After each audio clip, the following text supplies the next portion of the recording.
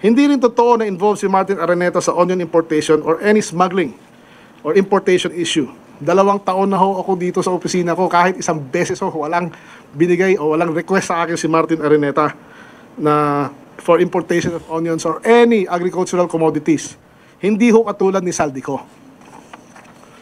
Sinabi ni Saldico noong April 2023, sandali, mali ako. Isunod naman natin yung bigas.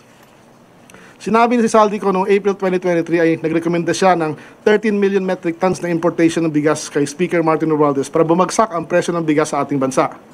Ay nako, buti na lang hindi siya nasunod. Dahil ang 13 million metric tons na bigas ay katumbas ng 20 million tons of palay. Yan ang kabuuang produksyon na pinaghirapan ng ating mga magigiting na magsasaka sa buong bansa sa loob ng 1 taon. Gusto pala niyang patayin ang kabuhayan ng ating mga magigiting na magsasaka habang pinag-iinteresan ni Saldico ang kaban ng bayan.